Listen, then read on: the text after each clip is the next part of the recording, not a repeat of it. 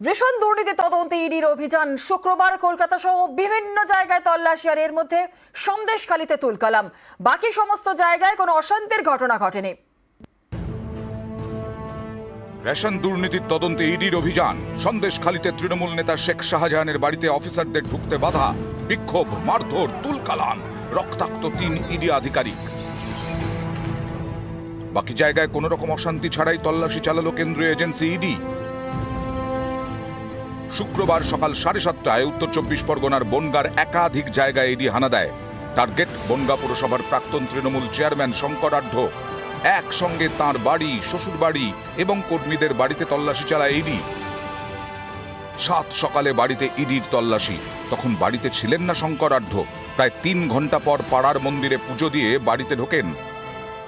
তাদের কাজ তারা করছে, দেখতে যতখানি কি জন্য এসছে সেগুলো দেখে কি বিষয় হানা এখনো কিছু জানা যায়নি। গাইঘাটাতেও এদিন তল্লাশি চালান ইডির আধিকারিকরা। শঙ্কর আঢ্যর ভাই মলয়ের আইসক্রিম কারখানা এবং এক আত্মীয়র বাড়িতেও হানা দেয়। 2001 থেকে 2011 গাইঘাটার বিধায়ক ছিলেন জ্যোতিপ্রিয় মল্লিক। রেশন দুর্নীতি মামলায় তাকে গ্রেফতার করেছে ইডি। তদন্তকারীদের দাবি, জ্যোতিপ্রিয়কে জেরা করেই শঙ্কর আঢ্যর নাম উঠে আসে। এদিন শঙ্কর আঢ্য ঘনিষ্ঠ ব্যবসায়ী বাবলু দাসের ফ্ল্যাটেও তল্লাশি চালায় ইডি। সকাল 7:30টায় তার মেট্রোপলিটনের ফ্ল্যাটে যান কেন্দ্রীয় তদন্তকারীরা।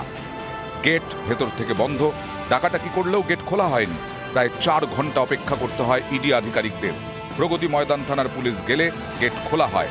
তারপর তল্লাশি শুরু করে কেন্দ্রীয় এজেন্সি। উত্তর 24 পরগনার সিঁথিতেও এদিন অভিযান চালায় ইডি। রেশন দুর্নীতিতে ইডির নজরে সিঁথির প্রমোটার গোপাল বণিক। সকাল 6:30টায় তাঁর বাড়িতে যান ইডি আধিকারিকরা। প্রায় 9 ঘন্টার বেশি সময় ধরে তল্লাশি চলে। নিউজ 18 বাংলা।